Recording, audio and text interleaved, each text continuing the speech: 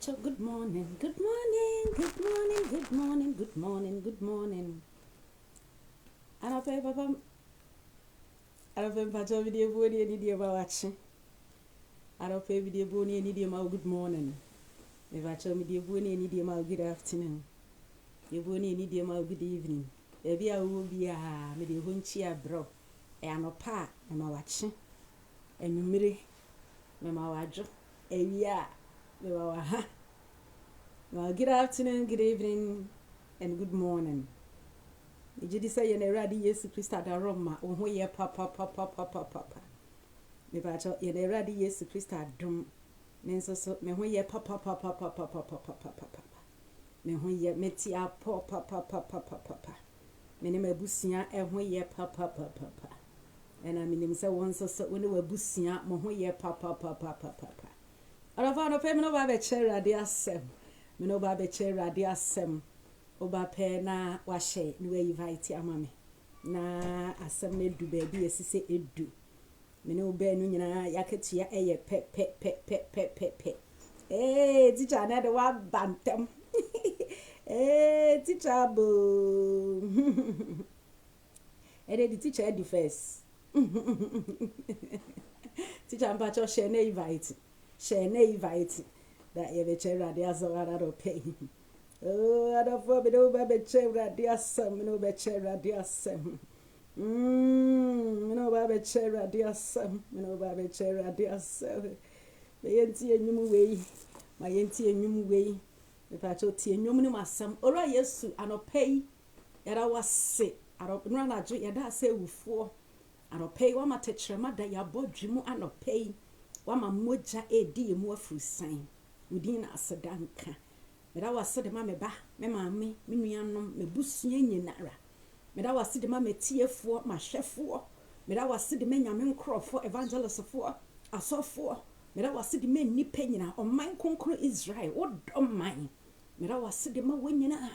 America mine or mine Ghana. We are singing. Meda was said, ma obi biara. Yada was sa a pim etigu. Na ye de adum ninti ye da soti ase era wase bebrebe woni awaje de ne awo bekosi aye era wase ara von pacho she na invite ni enti enwum wi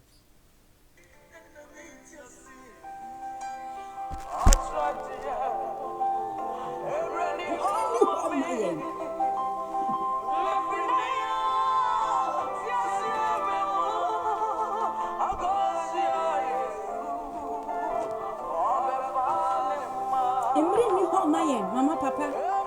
Ebrei China maya dear Yam fan casam Ankenya nesasa mesha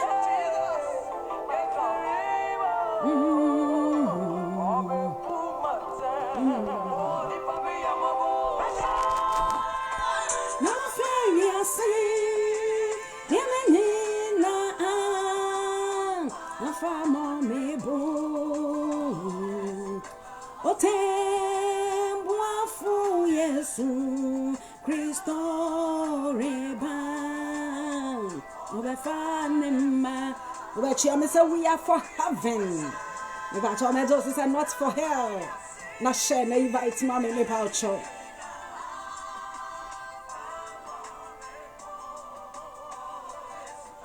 o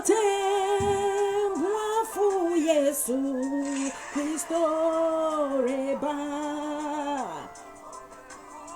Ewurade Yesu Cristo ba be buya ten mama papa Samish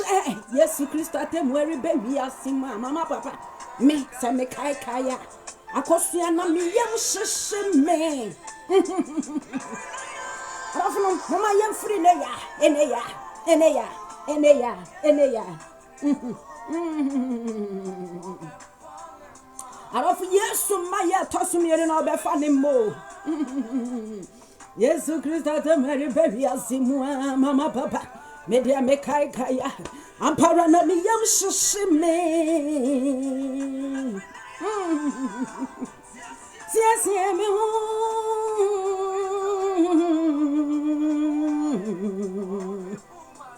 Uradi bebuya natango mama papa. And the Uradi yesu maye tosum yenu no bebuya ten. Or the nipadi be bejina benko. Or the beer jina fan webuya naten. O tempo fu Yesu Christo reba. Yesu befa ne mo befa hotelfo. On my fa software, on my fa evangelist of one, on my fa bishop, on my fa pope, Nemo or befa hotelfo, or befa when I was one I told you what Germany more journey. Wafu Yesu Christo reba.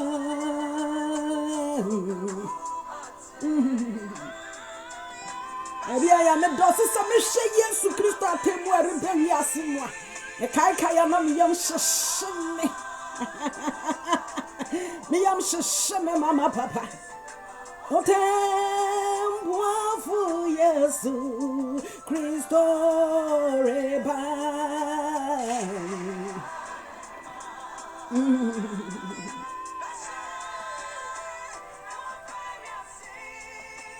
Yemenina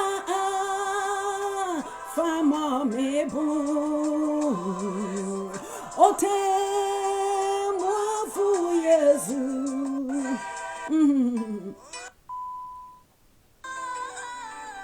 Yenti enyum ne biem me pa cho share na invite ma me bu ni dey kwan so arope me chere ade asem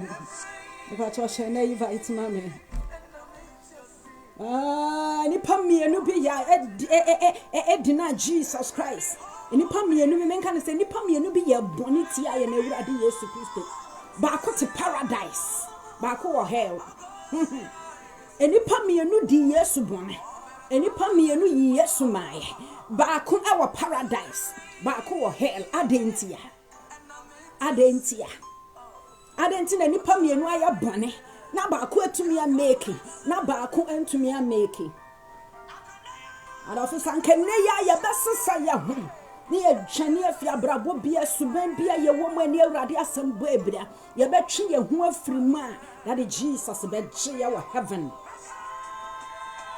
Mama papa emfa ho ne bone a waje se wo benu wo ho afiri wo bone mu na no peya Awurade Yesu Kristo be gye no be bi heaven kwanya ma wo. Awurade Yesu Kristo done madodo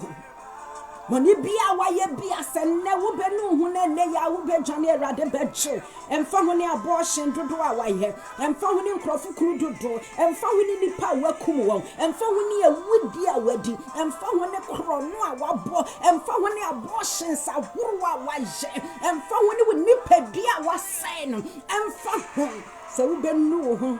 na obetwe ho afirima ye na Awurade Yesu Kristo becho na se nipa mienu ye Yesu Kristo brone ba ko wo hell ba ko wo paradise e ba ne sen ena ba ko to me make heaven ena ba ko antumi a make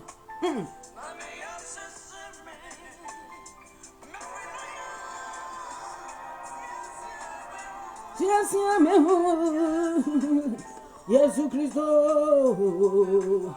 Yesu Kristo ba fa ne mo Sameche ebe wi asimo akosia me kai kaya na mi yam shesheme mi freneya sia me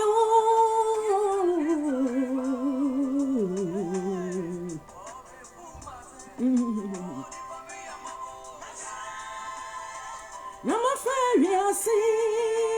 yemenina afama mebu otembo afu Yesu Kristo reba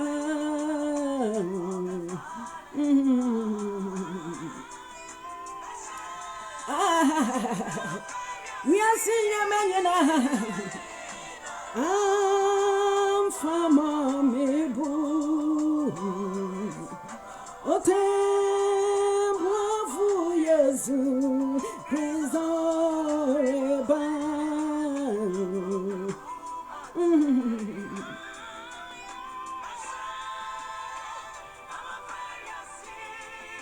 Yemenina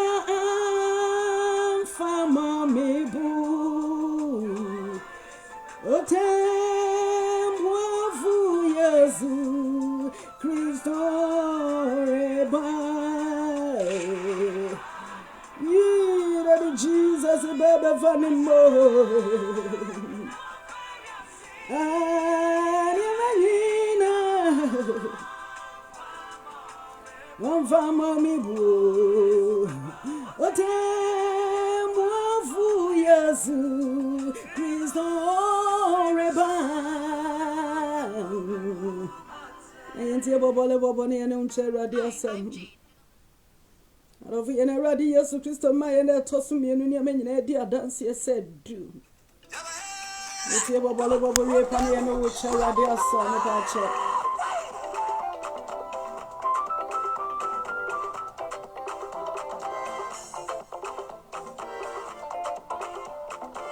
Iba chosha na invite mama Abraham no ba be chera dia sam.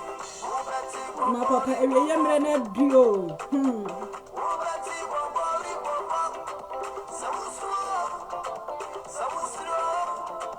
Ada Yesu baba bete bobo le bobo.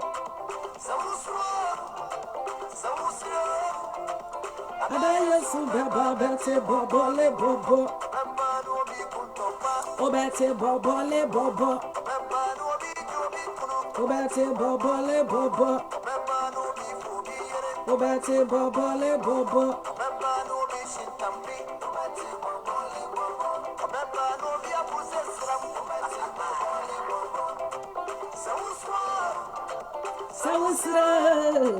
Ada Yesu baba bete bobo le bobo. Why? Because one year rather pet. Ada Yesu baba bete bobo le bobo.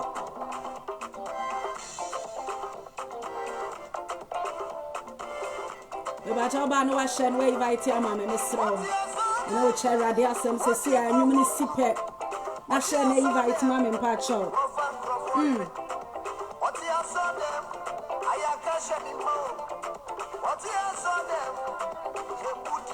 My booty, the other jai, I didn't put Budi. I'll do the other, my dear, so big jai.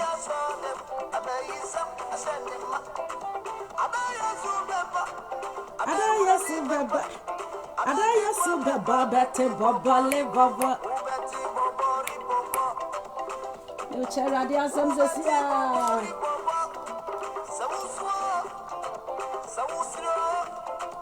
Ada Yesu baba bete bobo le bobo. Ada Yesu baba bete bobo le bobo. But we are for heaven. I'm just say not for hell. No, besides, I'm about to say. You didn't say you never do yes, Christ. I don't know your papa.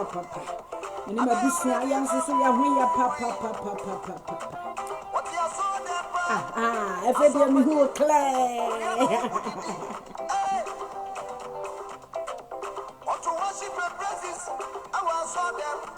So,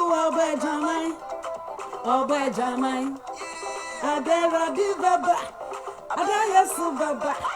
Ada Yesu baba bete bobo le bobo. Then the bum.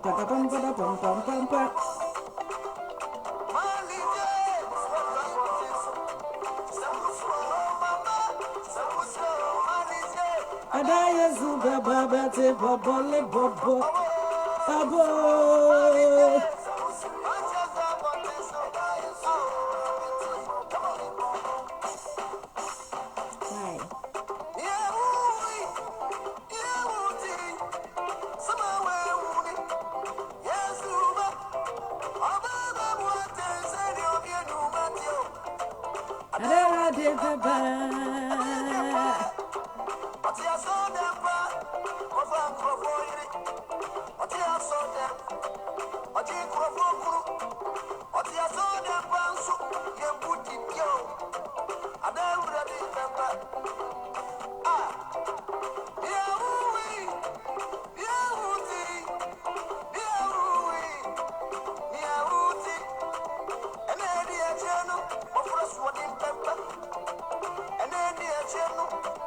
Akuku besi.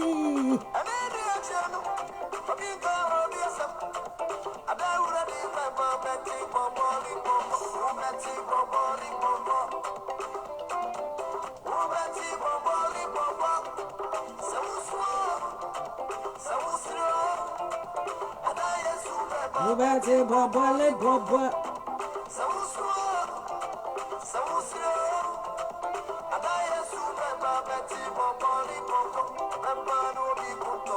Obate Baba le Baba. Obate Baba le Baba. Obate Baba le Baba. Obate Baba le Baba. Obate Baba le Baba.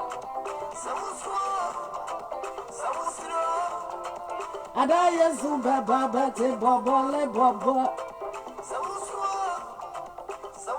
Zawuzro Ada Yesu Baba Bate Baba le Baba. Avishraw. Evangelism Patrol, praise the Lord. Mini Abema. We are for heaven, praise the Lord.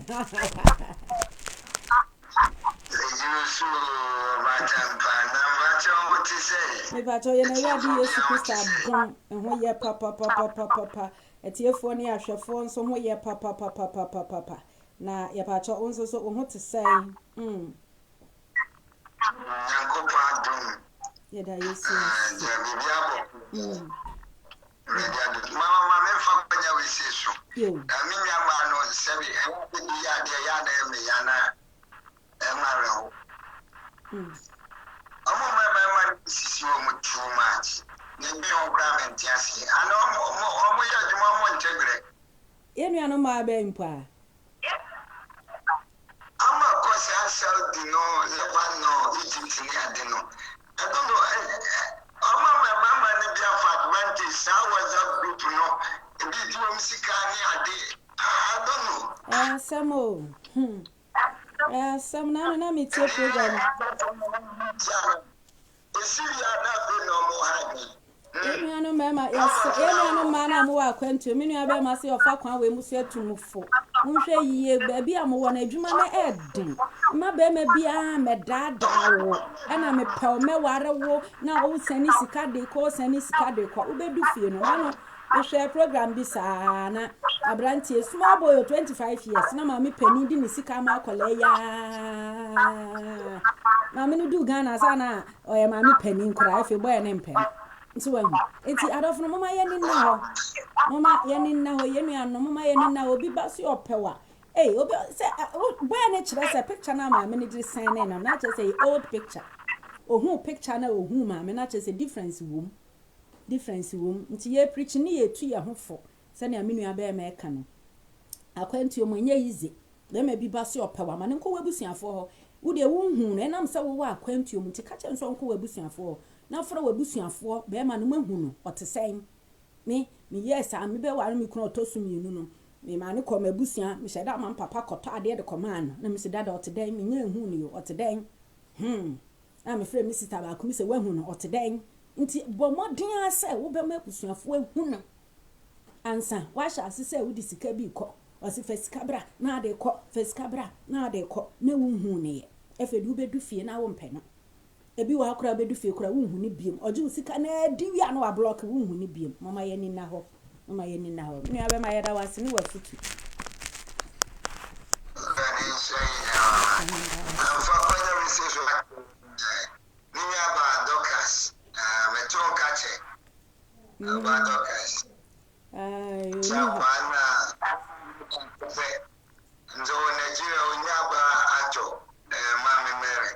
I want to teach you so.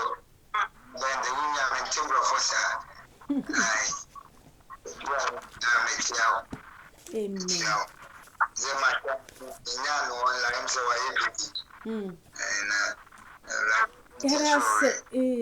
Ofa kwenya we su chie obia me no abe mesi o chie obia na me nhira mu nti ya hye ye dwumade ya ase anope odofo me no che rade asem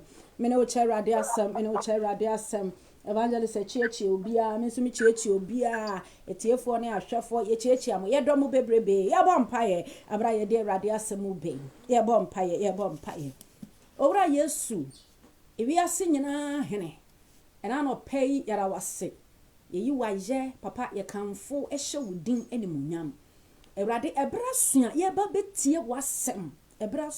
betie wasem Erade wo jami a meka ni pasam wo jami a meka ni pasam wonkonkron me butu ho anope se gina me so kasa kire wiase wonkonkron fa wo tekrama to manum na kasa kire tiefo adofo a etie me empai bone se Ewurade boa yen ne yenya asam ne tiefo ye fo wasam se de owo aso no ontie Ewurade ma yenya asam ne tiefo ye fo e ma yenya ne tiefo ahwefifo mfa na ada ye kra akwa Ewurade boa ye ne yetumi ndi wasam so papa boa ye ne yetumi ndi wo mransam so Ewurade boa ye ne yendo ne wo Kristo wo do upie wani onyam wo ma ye toso mienu na Ewurade yanyara don kan ya hona boa ye kasafo bi nua ba emamu da bia wo de ne ye anope so papa fa ne ye de chen so Owurade bia wo de me ye anope fa me ye de chen so e wo Jesus Christ dinemu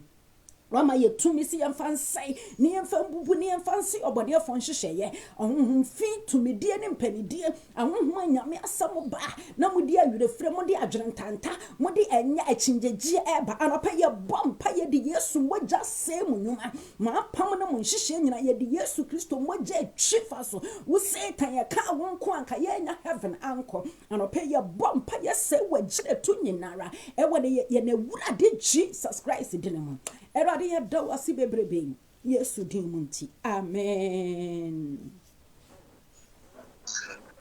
arafa no pe amen shira wonso arafa arafo me na wo che Erade asem me na wo che Erade asem e wo Matthew chapter number 21 Matthew chapter number 21 ye be kinkin verse number 28 na me ka kira wo se enipa mienu etia ye na Erade Yesu Kristo enipa bienu ye boni tia wo wura nanso baako e wo paradise baako nso wo hell denti na baako wo paradise na denti na baako wo hell ye beko ho nyina ne yakwa akohwe de wo ho nyina ne entia baako tumi make paradise na baako de oda asaman do na obre Matthew chapter number 21 pacho yenko Matthew 21 verse number 18, verse 28, sorry. But yes, I put you to know what you know back when you may know what you know. Amen. But you're Amen. Ositi me asode tifi asem. Osi tifi asem ni se osutie ene asoden osutie ene asoden. Aropa me na wo che Erade asem. Matthew chapter number 21 and verse number 28. Eko mpacho yenko. Verse number 28 to 30. Mpacho yenko. To 32. Erade nam ne nkwaso etwere no. Osi na modwere won say Obalima bi wo mabanu na okodi bi kan wo se oba ena boya mi bo betu no mu adwuma obo ase wie owura na wanko verse 30 na okodi no kokasa ara kire no obo ase berenko na kire na echire onu ne ho na okoye mpacha meba osi na efei echire onu ne ho na okoye enti na meka cho se nipa beenu tia ye na Ewurade Yesu Kristo nipa beenu ye boni tia Ewurade Yesu Kristo baako wonyina anu wo ho de wonyina anu wo ho na so baako wo paradise na baako wo hell adenti ye beko ho ne yakwa akohwe ye beko ho ne yakwa akohwe nyame asam anope wade bra ye Matthew chapter number 21 and verse number 28 ne yakan 28 to 30 no Ewurade ebu ye be ye na Ewurade Yesu Kristo obu ye be osi ye woni pa mienu okuani bi anase panin bi anase master bi anase papa bi anase mami bi owo mamienu osore anopa dakoro ena ose kwabena komafuo mu na koye adwuma mame obuase ne se owura merenko papa merenko otumi ka kira na papa se merenko batachire no onu ne ho na osesa na adwene no koye Odkodi otosu mienu ne nchenko kachira ni the same ose kona koye adwuma mame ose master mate waka mate meko nanso wanko nti owura ba bebisa yese nipa mienu we hwan na ye dia ne papa pe hwan na ye de ane papa pe enu nti na me ye foto ho ama o se nipa mienu tia ye na Awurade Yesu Kristo nipa mienu ye boni tia no ba ko wa paradise ba ko de gem denti na ba ko wa paradise na ba ko denti na ba ko we gem ye tie Awurade asam no ye tie asam no ya fa asam no ye tie ye diso nanso ye tie asam no pepepe nanso ye ndiso enye de Awurade pe asam ni de ye tie pepepe anopa ewia endofa ye tie ensam no nanso ye nsesem firi de ansam no kase ye nsesem firi ho ye nsesem firi ho ye nsesem firi ho Mama papa no pay me de buoni ani die sraw me de buoni ani die pa wo chaw abrabo bia wo mu suben bia kosua me wo mu ade bia ni Awurade asem bo ebra ye wo mu si ye pese ye ko paradise ye pese ye nya heaven na ye ni abre heaven no mama papa si ye pese ye ko ho bia e wo si ye twe ye ho efri de ense de emfata de entini bia remu ansa ne ye nya kroni makọ ansani yenya kro ni mako da bia me kasa me se menim abrabo wowom wonim ni ami wom but hwehwe wo mu de na Awurade aka woni na semnim se we ya wonya me nkyema na dwa ne je wo kra mama papa emfa woni baby a wo boni edu emfa woni baby a wo boni edu sa no pe wo benu wo na wo besesa wo adwene Yesu beje wo Yesu obeje wo Yesu beje wo ni odi kan ni Jesus se orenko but e chire no onu ne ho na osesa na adwene no koye di otoso mienu ne Jesus amapa waka amate nanso wanko mini awe ma yento aso Awurade hu ye mobo ni ye tie Awurade asem na ye nsomu ni ye ntwane ngi ye kra me ba cha yenko Let's also verse number 31 Matthew 21 verse 1 Osi Romeo ni mu wan na oyo de na Japan no obi achire no Yesu se on se no kra mesimu se todefo ne nyama foro idimo anim akọ nyakopo ahini ha na ya na misuro na ya me ya kese no obisa wonsam hwan na ye de na Japan no ana wo wie na Yesu Kristo ka kire ye se to jefo ni ndwamanfo di yanim kan akofo osoro ahini Adofo eye ya adwene se ye ti asori dem eye ya adwene se ye Kristofo eye ya adwene se ye hu nokre eye ya adwene se ye yiyi ye niam na to agu nanso se ye nhwe ya etojefo ni nwamanbofo beba bedi kan akofa heaven na menu mienu heaven aboyen ana pe mesre Awurade se Awurade ma ne mpara me na Awurade ma ne mpara wo ose tojefo ni ndwamanbofo di manim akofa hinie no Papa, and 50 years I want an apostolic natural so back heaven, they be a maker. And 100 years I want an apostolic natural say, and your Pentecost I will run my Methodist I will walk natural so walk heaven. Who bet to me at now was sorry, now so won't you would I dear someone and say, I will be called hair like on a corner. Me to me at now, sorry, be a man, none you would I did I make a hair like on a corner. To Jeff winning your mind buffalo. And then cremofo bebre asese for one cremo budi America ba Kristo mum sanya na wo one cremo ma wo bom paye 5 times a day wo sua wana asem wo de sani mia no aba Bible mu sua won san krofo be ba benya heaven akọ na ye ne aye wo ye to apostolic obitumi kase wo me to apostolic wo me to Pentecost mu me na did way by me papa na did way by wo tena mu yesa na wakọ hell na kremoni bia na nansenya osesa ba ye obusumsum ni bia na nansenya osesa ba ye dwamambofo bia na nansenya osesa ba ye mama papa wa benya heaven akọ ni edi asore hwa yo me ko true table me ko matedisi o me ko pillar of Zion o me ko apostolic na wo de hwa wo ho na ugusu te wo boni mu wo be ko hell akoda no anope ye Awurade ma ne mpare me ni wo be nu Awurade ma ne mpare me ni wo be nu wo ma yansesa ya adwen bra papa mama me sraw me de buoni ani die pa wo chaw enka echiye subebia abrabo bia wo mo ani Awurade asem bo ebia akosu asem metwe me ho anope ya mama papa se wo betwe wo ho anope ya Awurade begie yen e ba to yenko You can Matthew chapter number 21 and verse number 28. You can the 33. You hear you beko baby fufu. Eradi nshira. Ema wakwaba. Na mi nshira papa cho share na invite mami. Me pa cho yenko. Verse number 32. Now you want to know we come ba monche.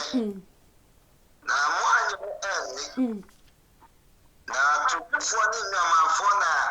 ojinu di. Na mo so mo actually anyi no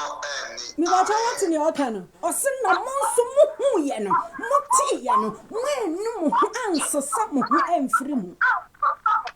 Me soma Yohane mane baye. Me soma John mane baye. John ne baye beka ahini ne ho asem. Yesu Kristo maye na etoso mienu na du. Monsesa mo adwene o. Monsesa mo adwene o. Nanso ya nsesa ya adwene. Pharisee fo na nsesa wa na adwene. John bode wure ne sa. Nanso wa na nsesa wa na adwene. And evangelist fo bode wuro. Asofo bode wuro. E man ye nyina ye de ye ho agimum. Ye bode wuro. Yesu bo. Yesu bo. Yesu bo eni pasi yati abre Yesu bo jai bone ye yes jai yati abre ya kan yesa o si Yohane kan yesa amwantie wana wotie ye nwaman bofo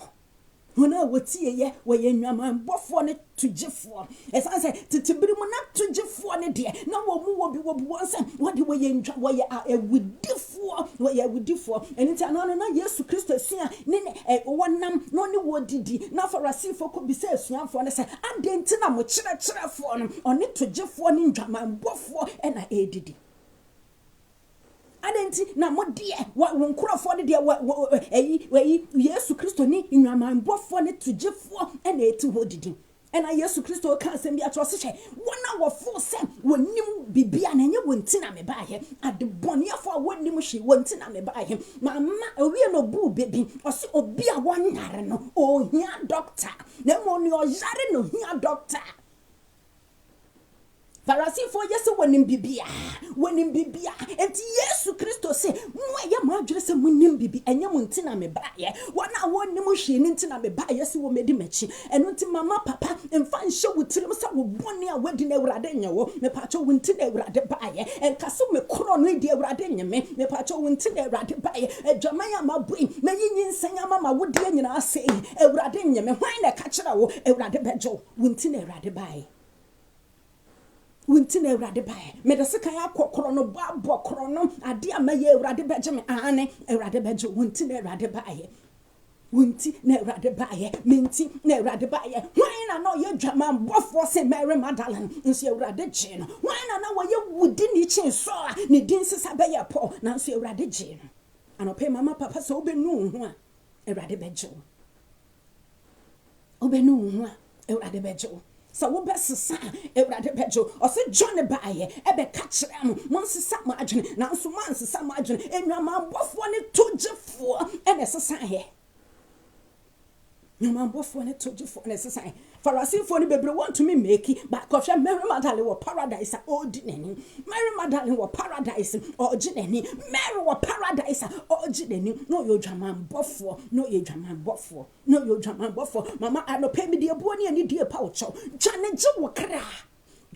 kra mama lesbian emfa wo nkwa heaven no sakawa gay emfa wo nkwa heaven obi kuna chidi emfa wo nkwa heaven atro nseku ahantan abufuo emfa wo nkwa heaven watimi wakabi kunsun wani echi ntetiye odidi Awurade atam sister empona wo ho mesi sofo bi aka kira me pensa me yetuntum dodo enti me nkoto nkuna mensra mama emfa wo nkwa heaven unipadua na wo se no emfa wo nkwa heaven woto unufo a wo ya mama emfa wo nkwa heaven anopesa wo betie me a Awurade se me meka kira se sisa wadwene sesa wadwene mama sesa wadwene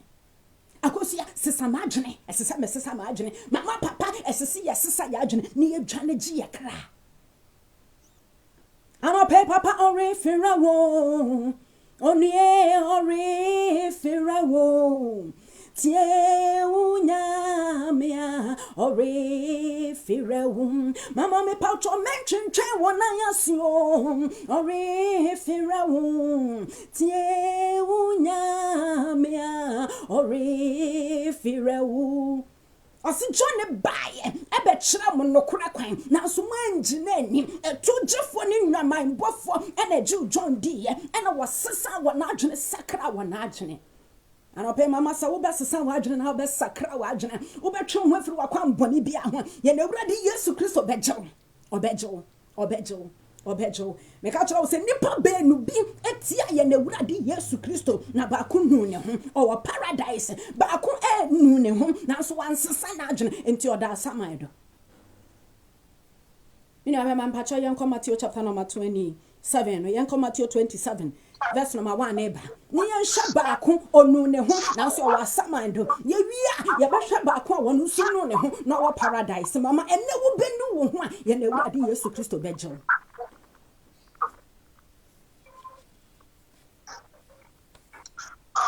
Matthew 7:20. Yes, sir.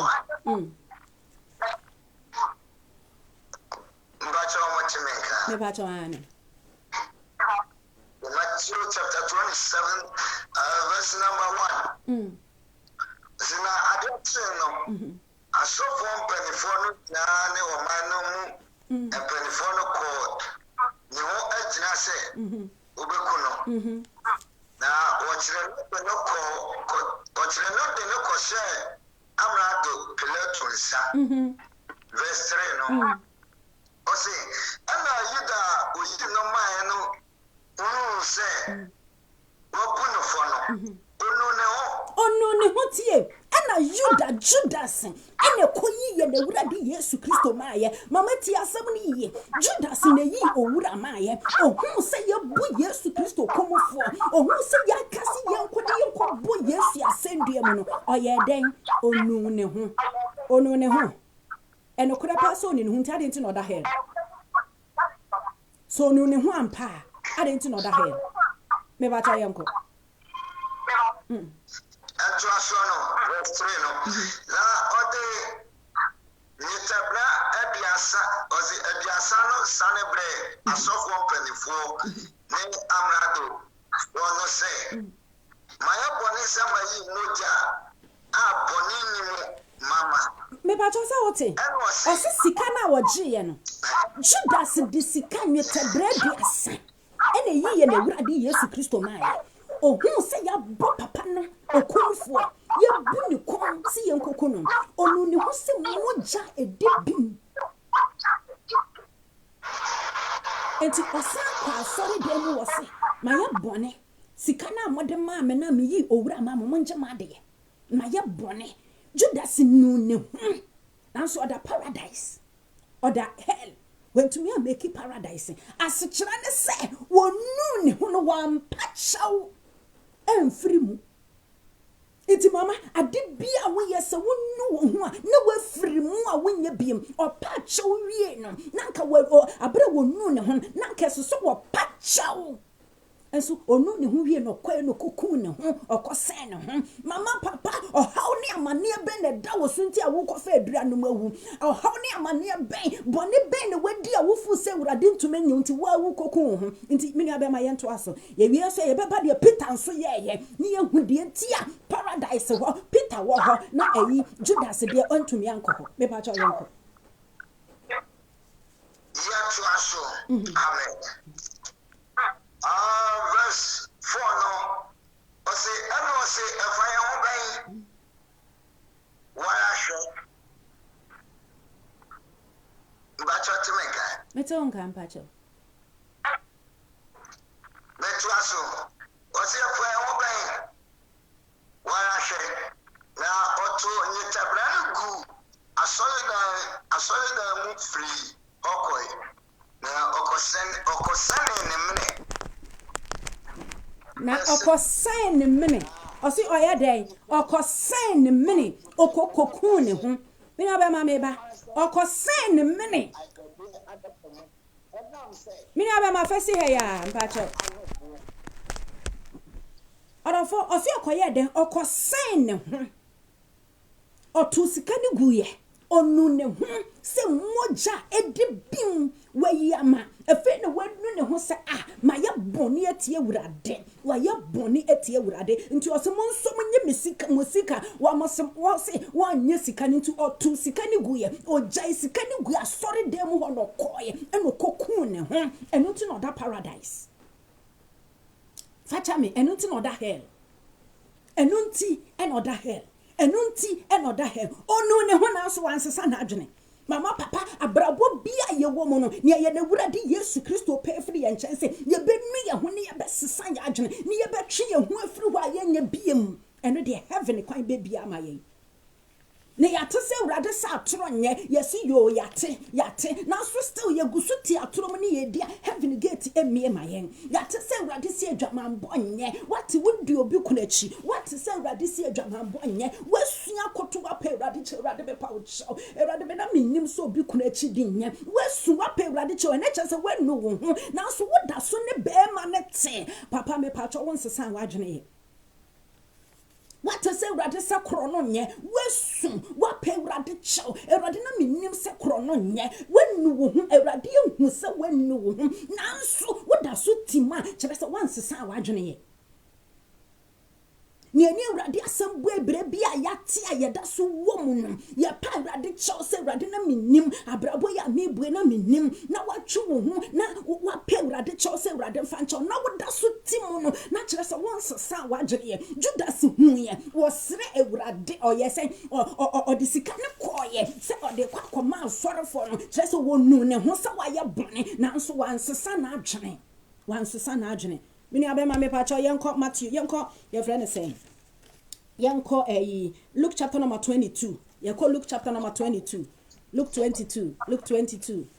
arafo ewrade pese yenu ye ho yesesa ye ho firi ho enipa we mienu oji ye na ewrade Yesu Kristo mai Judas oji no mai ohun sa wa ye bone nanso wansesa na adwene amfiri bohunim ena koye no kokon ne ho anope papa ewrade se me meka jaw se we ya bone na no wo firi ma na watwe ho afiri mo ende ewu benya na nkyanya ba me pa cho yenko Peter nso ye den yenko Luke chapter number 22 and verse number 55 eko. Okay, Luke chapter 22 verse number 55. Was a Petro Panura at Yasem. Ose Petro ye den epauni wura Judas pauni wura Peter pauni wura into denti na Peter at paradise na Judas at hell Peter dey nkura dey na ye 3 times in prince o kasi onim ye na ewrade Yesu Kristo Judas dey nkura dey na ye yaw papa 3 times o kasi minim ye na ewrade Yesu Kristo nanso onu ne ho no sere yese ma ye bane wan kokune ho Judas die wonu ne ho disika ne koye wo wi na kokune ho mama papa si ye benu ye ho afra brabo bia ye wom ni ye betwe ye ho afra ni ye nya bia ma ye benya heaven akọ na mo ye nu ye ho ni ye sire wurade ni ye da so tima ye ri na heaven nkọ da bia rada papa yanko okay ya transfer dia asempano verse 54 now what's the number what the name so Panifi. Now Petro dear, would you watch it? Verse 55. So now what now Petro Betra verse 56. Now about what you want to what it down now Ocean Dick recently. No,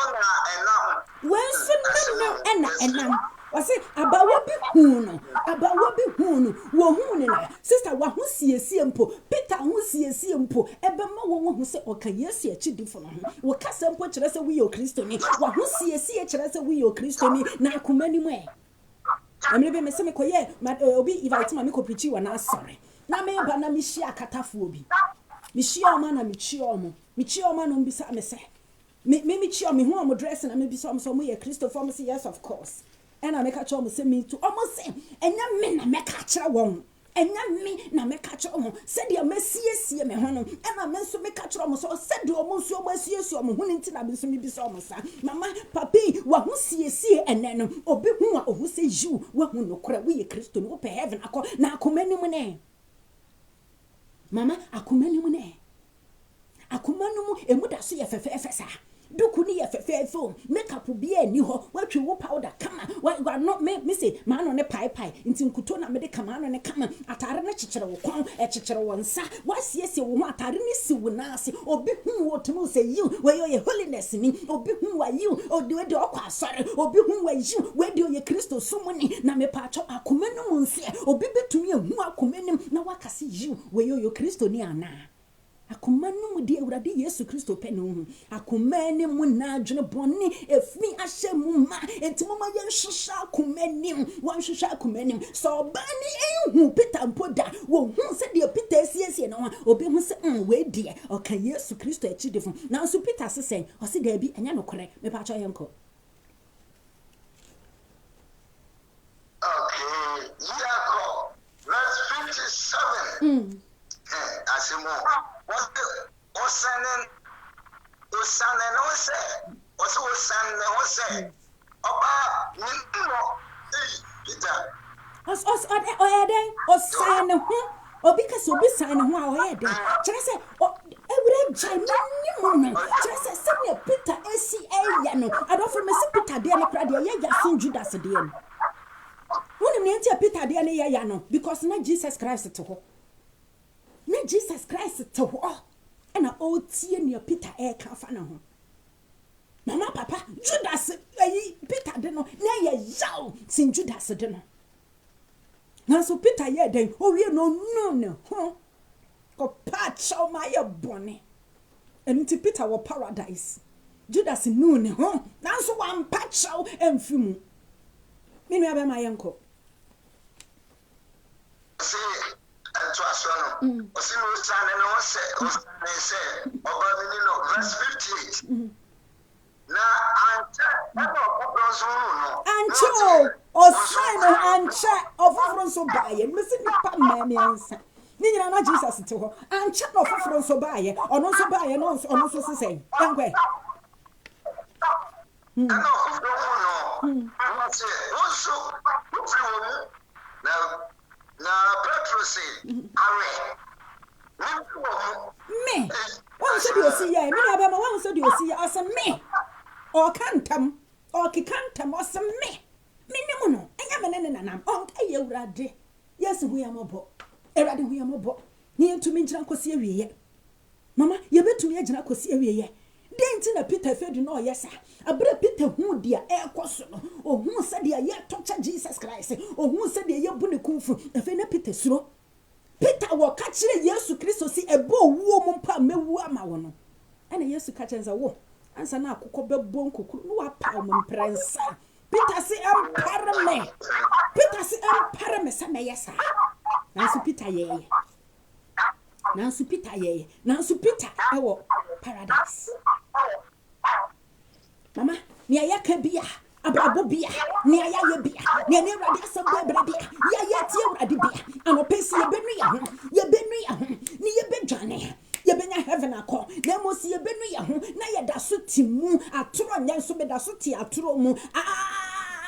hu so bi kunu na me ne na emmoa me masere Awurade se Awurade mfa me bone nkyeme na nso me da so di nachi papa na wansere bone fa cha ne kora nkeye hu se koro no na me bone nye na pe Awurade chonso mfa me bone nkyem sa me bo koro no na nso me gusu bo koro na me pa cha wansere bone fa cha ne kora nkeye ala pe yere Awurade Yesu Kristo hu ye mobo me hu sa abortion masere Awurade se Awurade fa cha me se mayi nyinsen agu enso na 3 months da so hye ne yem wasere Awurade na nansa last week 3 hours 4 months ago last year de okoye ya ohun no cross sere Awurade bone fa cha o sere Awurade bone fa cha this year wase ya nyem hye ne yem okoye agu na so okoto ho sere Awurade bone fa cha mama papa ene wan sere Awurade kora nkeye ya na adwene sakra ne yem Awurade Yesu Kristo pe ya na adwene sakra ne yewodi Awurade Yesu Kristo pe ose mama se wana wofu so wonim bibia mbedi machimo me basa de bone yafo me no be no bone ntine Awurade sane be wu ma yen and what catch John 14 or say me what na be bebre e wo meje fie na me ko me maye toss me me ba befa mo na me de mako baby am o se sanka nte sanka me renka nkyere mo enye no kure so owura e what na be bebre ankore renka nkyere ye so okọ no be ba befa ye bi papa maye na toss me obefa amotofo obefa wo ye ne wona wapo hia sebeko anope mo maye mpem suko mo maye mpem suko. If you know what by you can come Matthew chapter number 21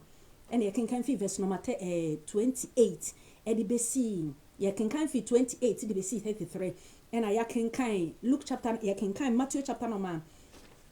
Matthew you can come Matthew 27 you can come 1 to 5 and as you see I can come Luke 22 and verse number 55 and there you go we need my uncle. Amen. Verse 58. Now, I tell you, no say, one so, and I know that you know, but see, the battle ends in the sorry. Now, I'm check, I know, no say, one so, now, Petro say, Awe. Verse 59 and what you may have done read back on so the but also say reasoning on and the say verse number 60 now Petro said Amen Milindia Usi na Abramuhara and Ogusore Kasan Ogusore Kasan Akoko boni meba o me aba ma meba amunu mu ho na ogusu dinai minnim no ba ko si we so free ni mu because o egadare ni we oni free ni mu o si me si minnim papa minnim ni amonkan kura minnim amunu mu ha because ne owura ka kira ne se ansa na akoko bebon no imprensa Peter wo be ka kira me se minnim amunu mu ho na Peter gusu ya minim okotia kokroko na o ya de niyam hye no eno ka bi owura ka kire no mama ana no pe ya asema wuti me mpai bone se uyem be hyew me mpai bone se mankasa meka me yem be hyew na abrabo bia ye wo bia ye be twane afrim suben bia ye wo bia ye be twane afrim ade bia ne ewurade asambo ebra ye be twane afrim ebia wonim sa atoro kora do betumi akohe papa ma wo yem hyew sa atoro betumi de wakohe ebia wonim se nseku betumi de wako anope ma wo yem hyew se wodi nseku a betumi akohe anope ma wo yem hyew ne dwane je wo kra anope wo se me yem hye me na me dwane je me kra dwane je me kra Yesu Kristo ba oba ntama nka beto nyuma ameba me di kan boy o se enne ya na meti asi o chena meye de ya mfanka sam me frene ya sie me hu akohia Yesu obefa ne ma edu baby se o se me frene ya sie me hu akohia Yesu obebu maten papa bebu ya maten anope me nkoto sere me mpai bone se be me na me ma me papa me nua me sere hwehwa bra bonim ne dwane je wo kra ye preach abribia me kasa me ma de wo heaven ko ye nhada anya den na ye mmea no mama me pa wo chow mmea no wo hu bere ma otiti na ni achi mama bi am se bi kura titi o mani achi wo ye be ma na otiti wani achi ewurade so obo wo se ni suma ne saso be ma wo titi wani achi wo ko show osi ye ko TV so okoye program okoye we sa ye bo mani ni dwena bi pons me nua be me jai wo koye interview no mo ka kiro se ye be o make up akase da bi menye o mo kase ye titi wani achi kase da bi menye papa Yesu ba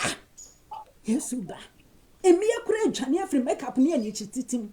me bi ye papa jai mesro jai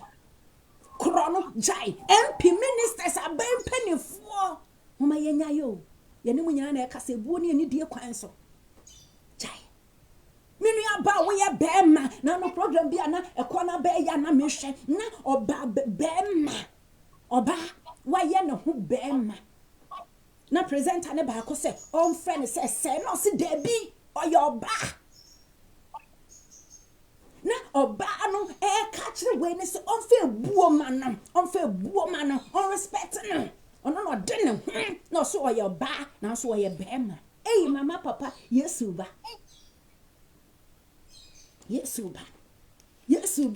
na no mi hu ba ko bi wo Ghana yesi e friend Madina o se me ya kwala na me kasa nyina to so ba me kasa nyina me nantie nyina to so ba enu nti wo bomodin akọ South Africa ama sabe ye twa ne be mafiri hwa ye no ba sister Yesu ba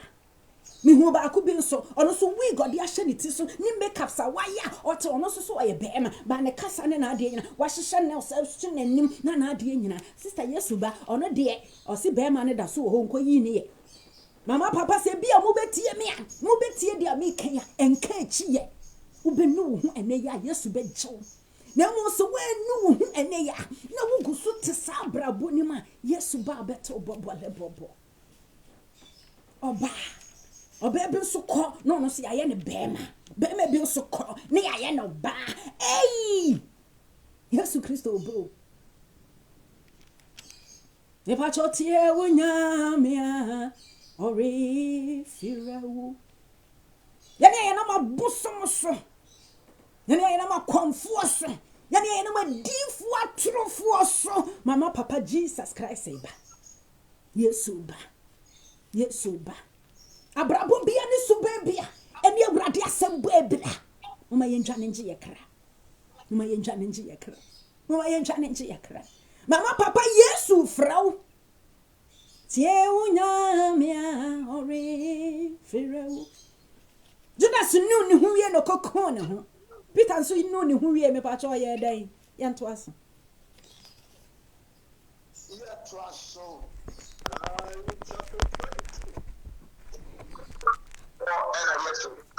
amen na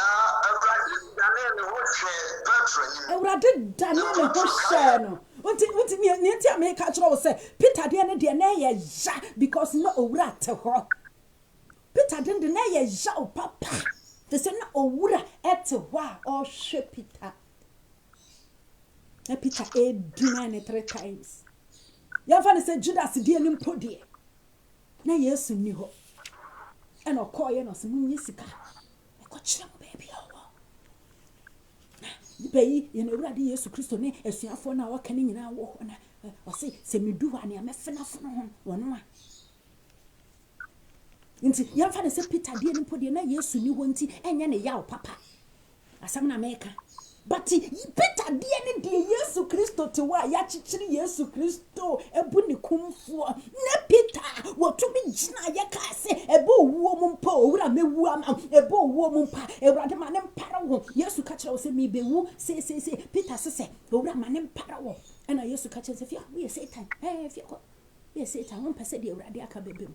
Peter too no owo Yesu maye usi na Yesu te wa na mprensa Peter deny no nanso ene Peter at paradise because Peter knew ne ho mama ye benu ye ho a Awurade begie me ba ta yemka ya ko dia ne to aso ade sia ba ko na to aso no na Peter Awurade asem o ka kire no ene akoko mo na wa pa me emprensa no na amen ofiadi ko supi Peter yeden ofiadi ko supi amsa wo kan John ho na ho ofiadi ko supi no sire Awurade Nyankopon se Awurade ma ye bone Peter yeden ofiadi ko supi no sire Awurade wa ye bone na Awurade de ne bone che no na ne Peter at paradise Judas no ne ho no to sika ne gu ye no kwae na kwa chichire ne menu no ku ne ho enti ene Judas e wo he mama wonu wo hu free dia wa ye biem a ne Awurade Yesu Kristo pɛ free wo nkyɛn sɛ abra wonu wo hu free dia wa ye mu no wonu wo hu a wo betwe wo hu na wo nkɔ ye biem nkɔ ye biem me ba cho yen nkɔ ye chi Matthew 22 yen kan verse number 11 Matthew chapter 22 okay Matthew chapter 22 verse number 11 yes sir okay Matthew verse 11 okay na oyere ba mu berehwe adidifo no na omu tati onse aifushia atade wo ho eso no se awe ube mu be ye den awe ube mu be ye den ora futi o si abra wotie didi bia ya kenkan fi ba ko ne ba me ya ma yan ko sha se fi ba ko okay also Matthew 21 no oyere ba aifushia also na Yesu kasa kire wo mebo mu yuse osiro ayiro tse oyere bia usia ayifro man ba na ofuna ne nko ase onko fro wona wosia won no emra ayifro no ase no wan pese wopa yo osoma enko afofro se monko kanchira wona wosia won no se hwe masiesi maduane wokum na manantwie ne anyamwa na wɔwe adimina momra ayefro na Z5 one day tie one day one fan nyeshi moment you one day one fan nyeshi ye na Awurade Yesu Kristo aba Yesu ba ye no wo be boa doma no wo be boa nipa kuwa no no be kyerɛkyerɛ won sɛ jawe ye na nya menchembra jawe ye na nya menchembra jawe ye na nya menchembra nansi yentie na yendi so yentie ni so ene ye mu bebre ti asori demu anope wie nyimra naju yetie asam na nansi ye nya asam na yefo yentie asam no nansi ye nya asam na yefo Yesu Kristo se kwa abonten na ko frefre nipa nyina bra osi asura hini ente se na Awurade Yesu Kristo bi yebe obi a wo kumpa no ye dina no frefre nipa se mummra na wo medidi wo frefre wona ye sheda invite won ansa won nti na meka kire se ye ne ye gya ya adwene se ye hu Kristo ye ti Kristo asode da mu nanso ye tie Awurade asam ye siesi ye ho kama nanso ne ye se ye ne ye nye no ye be ko hell nana nsanya afo no yodi ye bedu ho nana nsanya afo na wo ba asesi ano wo be ba be fa henie no wo be ba be fa henie na me ne obe nu a ye te asode da mu anope wie nwumre ne anadwona ye fo se ye gya somade ne hye ye gya makeup ne ye enti heaven gate ya te ano no ya ko hell Awurade ma ne pare me ne obe nu Awurade ma ne pare me no sister me se enya som ka na we gya hye no enya makeup na we gya hye na kire se heaven gate wadu ho hwan na ka kire wo enti da bia because wo de won saba akukiro bisua ne aka ne ba wo so wo sori a wo ye bu obi ate we de o sha asomade de okọ he we de wan sha ono baba besi akọ heaven na wa we ja asomade ne hye ja meka mai atoro ne nseku ne nkonkonsendi wa kọ hell Awurade ma ne pare me no be anu and pay Awurade ma ne pare me no be anu emri bi mi posting picture bi ewura yi wo hwe ewura yi subane ne yaya wo bu na ten wo akoma mu so we de okọ hell straight so sankrofo no ena oba be hu no kure enya heaven akọ na ye ne ayete apostolic 20 years me ye tru tabuni me ye pillar of Zion me ye matadisi me ye romani yakọ hell akọ Awurade ma ne pare yen Awurade ma ne pare yen amen that is Jesus o ma ne pare yen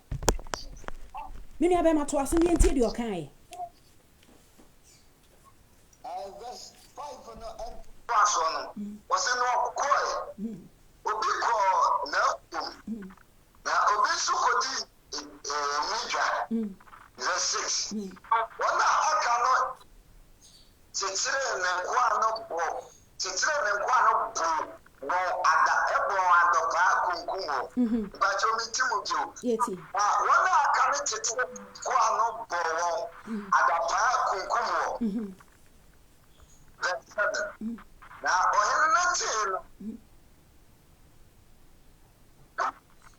now, Osuma Nedoma, Okokunku, a Widifono. Now, was she won Kuno. Verse 8. And I was saying, and Guana say, what's yes, I Ushia dear. Now, so, one Ushia one. Answer one, dear. Listen, as someone who, until I say, or the folk come by one episode as your pay, I can come free back. I can come free back, so shall me preaching now your coat, I come free back, near the abandoned what you see you. So, I say, one, yes, shed that ye heaven and my one. Answer one. Yanya your fool say you who no credit. I often say, I'm not careful, heaven or answer, yang. Yana your fool say, ya, Hindi and the man. See, answer say your subayan say a braba answer, yang, crumble for Baba Siako heaven, and pay a bosom for Baba Siako heaven, and would do for Baba Siako heaven. One was shed that frail one, and one tina, sorry, them with church one, answer one.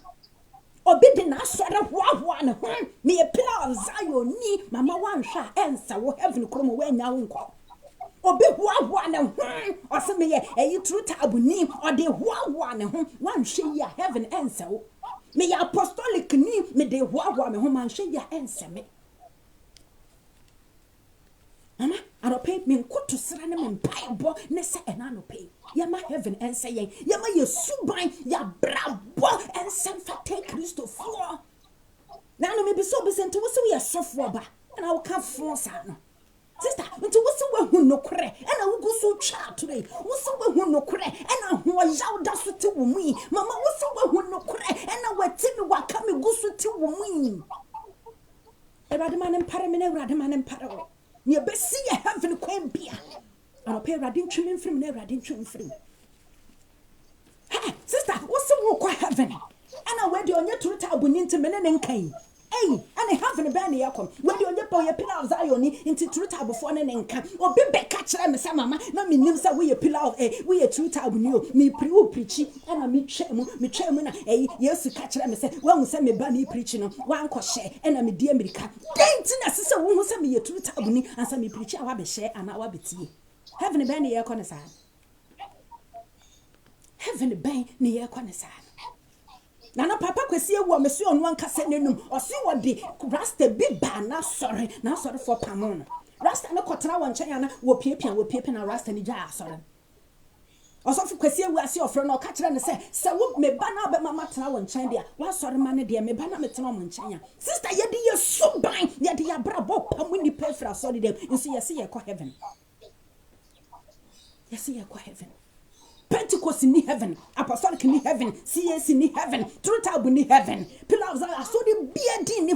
more aquapano quafana wa heaven. Yes, Christos is a mother dom, and no natural some way you met shit before. You see a heaven, and so I be catching me say, no me news that we a True Tabu new, into person who said me, sister Radaman and Paraye. Yania, say ya co heaven, Yania, ya shed that ye heaven, my ye no. Ya shy ye back ahead. A radiman and parry, or for a no someone say, yes, to Christo, or Jano, one ya medipa, or ye must say time, and then a pound for was sorry, Tiano. Intanka den and any public good as some because he has so dang, because he tia someone near me and my young Janine from, because he had to say Judas. I'll call ye yes to my no someone so many musica. What Jesus can we have a quite no cosign? Sano pay ye be yet to say Peter or no who no slab bonnefacha. Now one ye be ye be not heaven a call. Abrabo be a woman near Radiasam Webra, Mamma Papa Mama Yen Johnny, and free me in your heaven and call. Now yes, my near tossing me nedgy. Many way and come my yen jay. Sister, when me send on my friend, and I'm assuming Abba. May I know me what over me impeding Buntia. Me catch them, sister. Say, what I did, yes, to Christo be a heaven, mammy. No, mammy, chances, a min to so nipa, but I couldn't or heaven, I met you, sister. Emfa ne ho sa wo sha asomade, emfa ne ho sa wo ye makeup, emfa wo preaching kwaje nsem kwa baabi obeba kwa betie. Na so ye mu bisi wone ye mo wo se wankasa kora wuti no bo abekọ hell nti ye nkotie ni bio na ya ye group emo nkotie ni bio emo nkotie ni bio heaven ben ne ye kwa ne sa heaven ben ne ye kwa ne sa na ka kira say Matthew, Mark, Luke and John Yesu Kristo wo no wo ken kan sa for gospel ni nyina obi ehu ni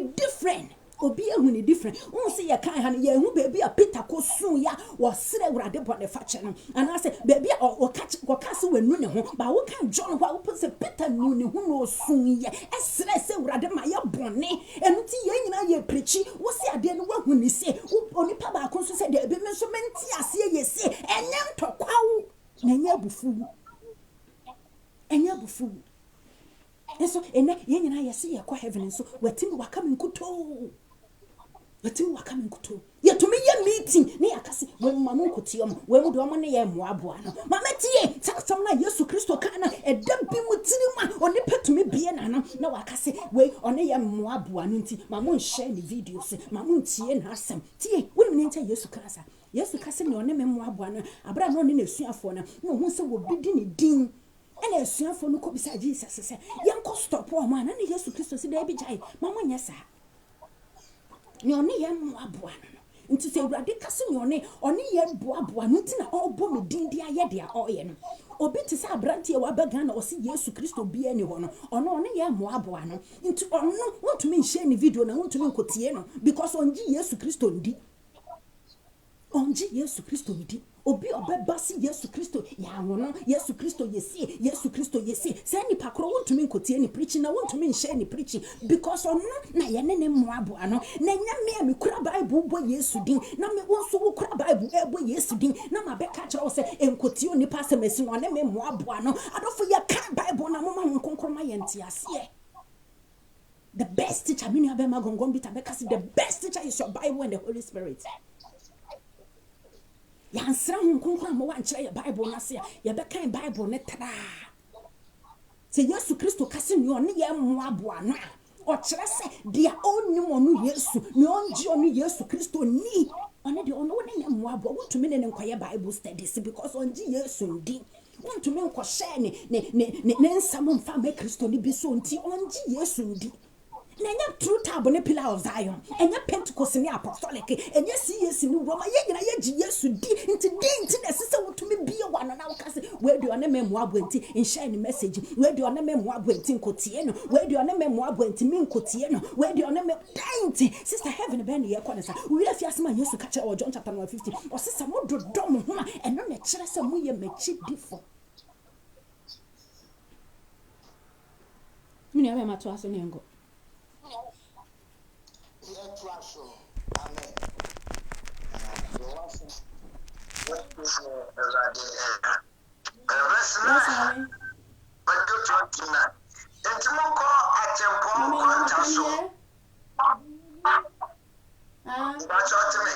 Oh no, Nene is not here.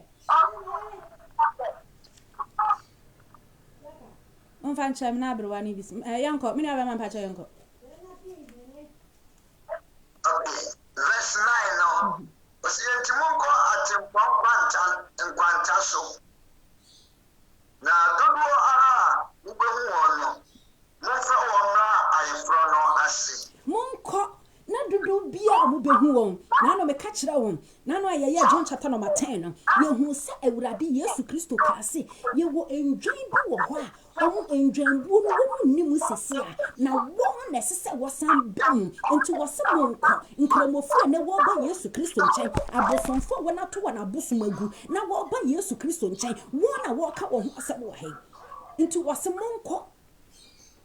obi a wo be hu ni bia monko boaboa wana ene kremofu di Amerika ba Yesu nchen abosonfo di Amerika ba Yesu edwamambofo yenua ba na no metie ne interview no wo bom o sa wo wi asa woroworo ne to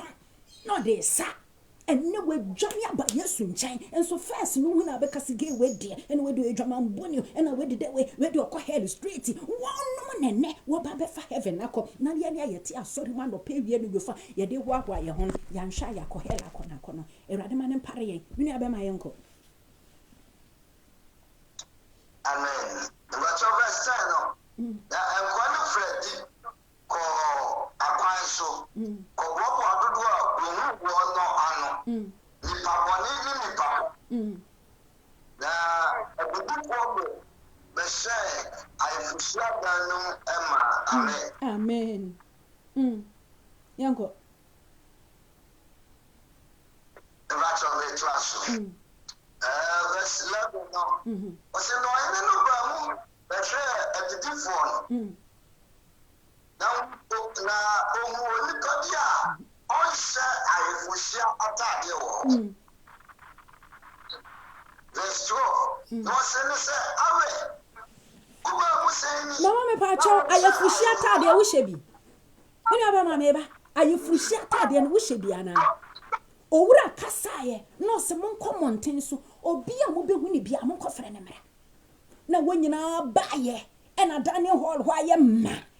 e na ye friend say eyi dining table no hunyina ya makama asori debu hwa ye ma prayer line so ye ma le zoom no e so ye ma na so bisa se wonyina na e ko heaven ana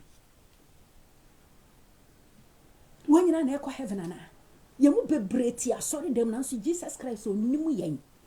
Yemu bebre ja makeups ne yen nanso Yesu onimu yen. Asafu bebre wo hwa Yesu nimu won. Evangelist fo bebre wo hwa Jesus Christ onimu won. Yemu bebre wo hwa asori dem ya hyemu na asori dan na ye ma. Nanso afifuru hia atade ne yen hyebi. Yen hyebi. Yen hyebi. Wura asori dem na kohwe. Wura prayer lines so na kohwe, wura zoom so na kohwe, wura na kohwe edom nso bisa so munyina na be ko heaven ana. Obisa wa se na wodie wo be mu be ye den. Waja asomade ye hye. Na so gusu twa tora Yesu bisa so wo be mu be ye den. Woda so di obi kunachi. Yesu se wo be mu be ye den.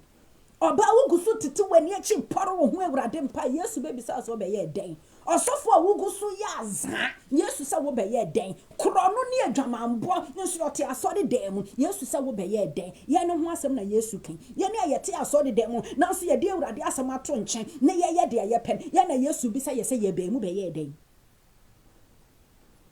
asode dem ho aye ma se twam na nso nwura nko na egu asode dem Yesu Kristo se ye be mu be ye den ukọ prayer line so ye dom ye be mu be ye den Ube mu be ye de. Ena wabodu ku fefefe. Na toro na ebufu ahye aye omei. Wa hu no kware nsi nsoku ne daso wo ho. Wa ja makeup ne ye ja ntade ne tetia ne hye. Wa ja trousers ne hye. Bodu ku ne kama ebufu ne ahantan ne Yesu Kristo bebi se so ube mu be ye de. Ube mu be ye de. Aho yaw Yesu se ube mu be ye de. Obi ku na chidi Yesu se ube mu be ye de. Yanyina yeti asori demo. Yanyina yeti asori demo. Inti yen yeti asori demo yeti awurade asam na yenye no. Yen na Yesu bisa yese wo be mu be ye den. Mu be ye den. Arafo si yempese owura be bisa yese ye be mu be ye den a, mama yensesa ya adwene sesia. Sesia ene ya. Yesu si wo be mu be ye den. Adentina no bisa ne so because onim so ote wona hye furuhia atade won hyebi. Yesu Kristo odi wa mak nipa be ko heaven awurade nim wonyina inti prayer line no so na ayeso manom mesi apapa bi ye crusade wo Nigeria ye frɛ ne Abraham Yakubu wose wo ye crusade no na nipa e wo crusade na se ye 20,000 ena obisa awurade se ye wa hasisi a wo pie wani onyam sisi a nipa sen ena be ko papa ka kire ne se 16 16 ana ye ne se min say ye 10 na wasandi we account na wasandi baku account 16 mako 16 16 out of 20,000 osi ura ka kire ne se 16 obekasi we de ye tori papa enya tori kati asama na Yesu Kristo ibisa wa obu ye bu osi okohu na on sha ye fratade na obisa se awe na wo be mu be ye den Ube mu be ye den 20,000 ya ye crusade nipa 20,000 na papa ka kire ye say nipa be kosi ye 16 menim papa bia menim ne pa o Georgia o prayer line o ye prayer lo so no mo bom paye na empaye ni mu no o se nipa ba so pa na mpaye ni mu na nkom hye ba ye o se nkom hye ba ye na owura ka kire ne se nkom hye na aba no nkom hye na aba no nkom hye na eba ye no na ne omo kan se nipa onu Yesu Kristo pia na adwuna omo be koye nipa 4 na according to papa no one ne yire ne ma wo ye 5 one ne yire ne ma ye 5 enti wo kasa na wo kase empo se na o kan se o se empo Yesu Kristo consider wo ne nko ani fia na kire se ne fia hokora ba ko anko bi awe wo ba mu ba ye den ya sorry me ne kunu ne me ma ye 5 me ne me yire ne me ma ye 5 na nipa e wa asori wo be ye 100 nipa ye fa na Saudi 100 ye fa na say 50 mpo ewrade se nipa 4 pe na ye ne de me so me ne me yire ne me ma ye 5 international se me fie ho nimpo ba ko antumi ameki aye wo ba mu be ye den wo ti asori de mu wo ye den what the prayer line so ye den what zoom ni so ye den aturu gusu wo we konkonsa gusu wo we abufu gusu we wati no aka gusu wo we osofo wo twa atoro evangelist wo twa atoro Yesu be bisasa awe wo be mu be ye den anope Awurade mani mpare yen wo den seku wo yinyinsi atuagu wo da so di obi kurachi obi lead praises and worship ogusu champna na Yesu be o shani o shese wo dem wo hwe wo ho fa na Yesu gusu be presiding elder any presiding elder ntama kaya yo won say cham ena wo say wo declares for wo ho nyina obi ana obi aya aka e mena Yesu be wo be e den nso friend no so e declares of friend no say elder of friend no so e pastor apostle for na wotete soro ho no aka yo nko ana ye won so cham Yesu say wo be mu be e den adwuma mu hon boss ne nkrofo ntam nyepe ne nkrofo no wo boss ntam nyepe Yesu say mu be e den na kwesi de bia na asori de mayema memne de bia na asori de mayema fi de bia na asori de mayema Yesu se wo be mu be ye den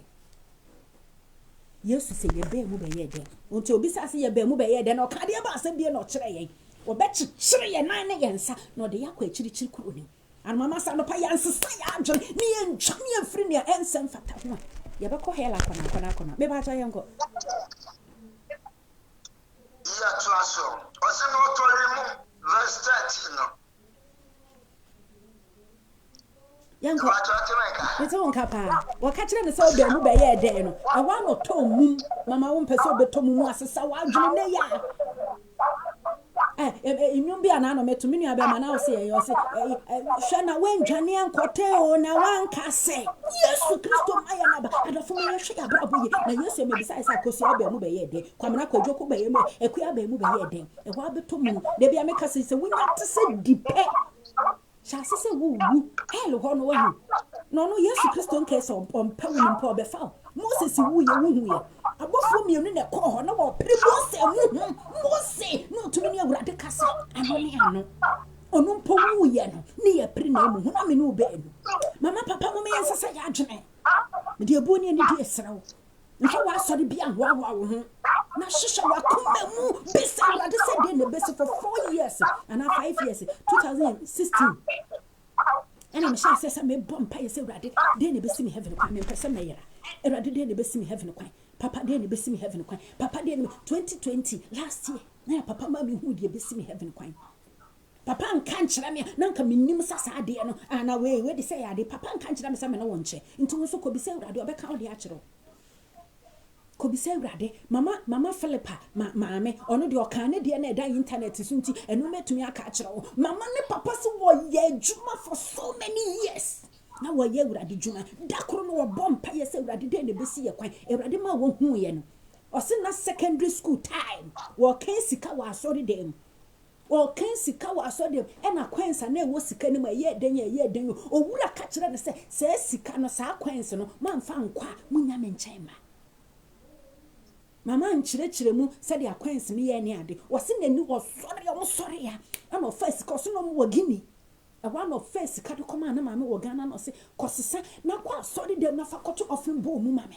okoye wie no wura be ka kire ne se fedie mu benya menkyanya ba mama papa bi se wura de se de ne be se ukwan emfa sorry bia wo mu hoahoa bi se wura de se de ne be se ukwan me bo mpa fit 2016 2020 na wura de ma me hu ne be se me kwan me hu sa me hu ne sa rapture sia se yesu sum kwafo ba me hu sa se kuro bi mu na enipa wo ho nyina ase obi a hwehwe ne nipa na me hu sa papa bi gina me nkyɛn na me se na papa adenti na manko bi na ɔka kyerɛ me bisa ne sa adenti na manko bi na ɔka kyerɛ me enti me hu a me se asa ade we me kai me mama gina ade yusu sesia enti me friend na bisa se mama saadi dai obi kase saadi a me se me nka asam ko nkyerɛ nti wo so ko bi se wurade obeka wo de a kyerɛ wo nam se mama wakaso bi yesa kyerɛ dai onipa na kyerɛ dai because me feel say me jaya sun ka hye me me kunu mu ma ware be ma me kunu gya me ho 8 years me kunu gya me si Ghana 8 years ansa na me ba America na me be share me second husband me ware ne kama me ba ya ba ko pe ko me papa ikuta nkwala me ensa ma fa nkwala ya ka me dia ho me de nkwala ehuahoa me ho me wo mafo na me hu nukure me ware afi 2015 2016 na me hu se me kuno di kanti ase me nya heaven nko na me se papa ye be ye ne dan o se mama take your decision me de me yiri na ewu na me free aware anim itimi nim se me call heaven me te sa asomade ne yade me jai ma bom duku kama me siesie me ho kama me nim se me call heaven na nshira nka wurade se 2016 na ye hu no kora na ye se wurade ma heaven moye wurade ne ye besi ye heaven kwan bia ne ye besi ye heaven kwan bia 2020 na last year me so daye na me hu se me gina baby o se wait na wanko bi nso first na me nim se me do heaven gate awie because me nim se me kuro otoso me enu ne besi me heaven kwan enti be jade otoso me enu dia me ko heaven nso se na ntesa na me besi wurade se den ne besi heaven kwan in fact wa sorry ho in fact holiness na wo ye ne ho in fact wa sorry bia ho obi nim so kopila o Zion to ogina heaven gate ano obi ka so ko truth abun to ogina heaven gate ano obi ka so ya apostolic na ma maybe ka ye breso ene ye nya sika se mama na minim so be ka se ye breso ni passe ne ko heaven obetumi ka se ye wo Pentecost de to ye na so me na nano na de Pentecost ba ye sa ka se na nano na de Pentecost ba na tena Pentecost na bo wa bra bo se de wo pe ko hell akona me papa na de apostolic ba inti dai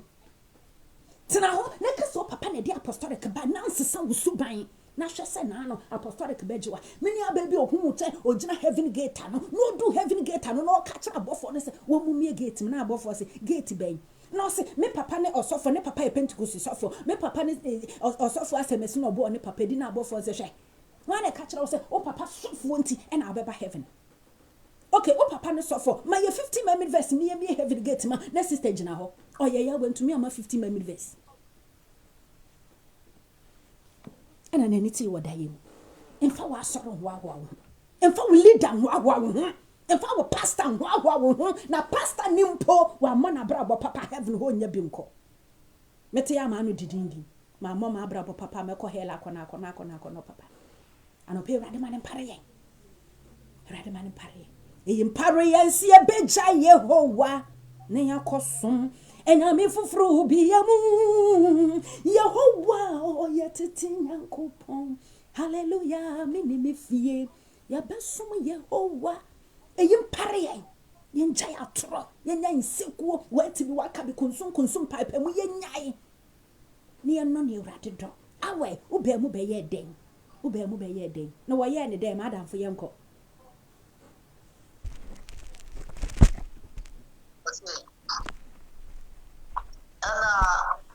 no say asomfo ne say mo chichire ne nan ne nsa emfa ne koku enkoto no ntwene achirichiri sum ehona osu ne chichire ewo mo chichire ne nsa ne nan na mo mfa ne nkoto achirichiri sum ni ehona se chichire esu so ye invite ye no akobi o ye invite ye owura nkasa na frɛ ye ono nkasa na soma ne nkoa ora na na suma ne nko asa mo nkɔ mountain so na obi a mo behu ne bia mo nkɔ fra wo mra na obi aba na ora wa na wo se ye nkɔ fra obi amra ene ya kɔ fra obi anso aba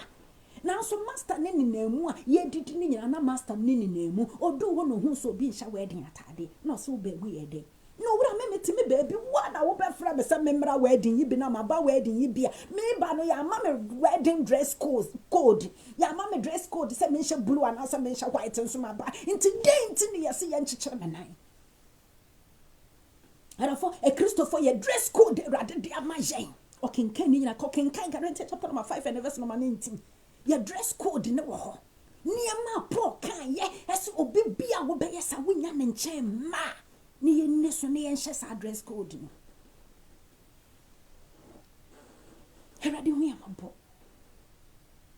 chichire ne nan ne nsa na mo fa no kwa chirichiri fom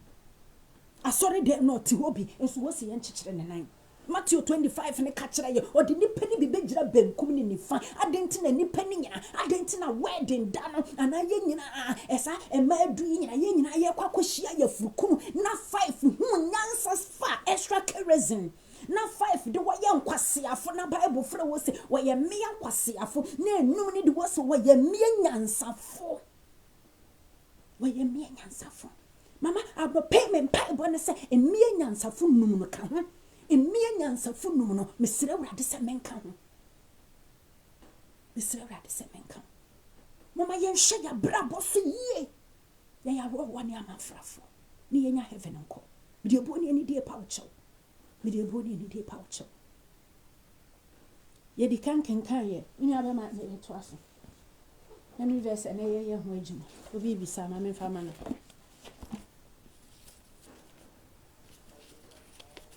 me ba cho ye kenkan Matthew chapter number 21 and ye kenkan fi 38 ye kenkan fi 28 e de be si 32 and ye kenkan Matthew chapter number 22 e ho na ye kan sisi ye kenkan Matthew 22 and verse number 13 and 14 na me pe ba ye ma ye ko soro se de ye beti bibi ase kakra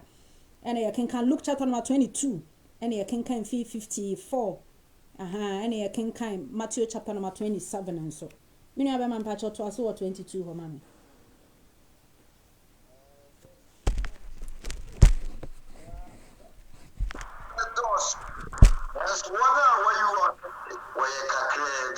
Yeah, metimu kakra bi mpacho. Osi. Na wana wa the doors. Na so wana wa you on the we kakra bi. Mpacho so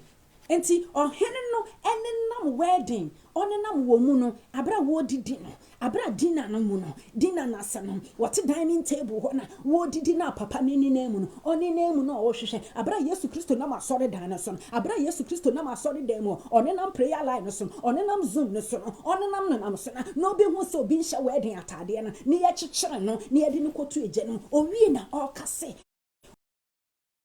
Wodos papa enipa wo zoom ne so do wodos nipa wa sorry de wodos prayer line nipa wo so dos na so wona obekọ heaven we ye kitu abi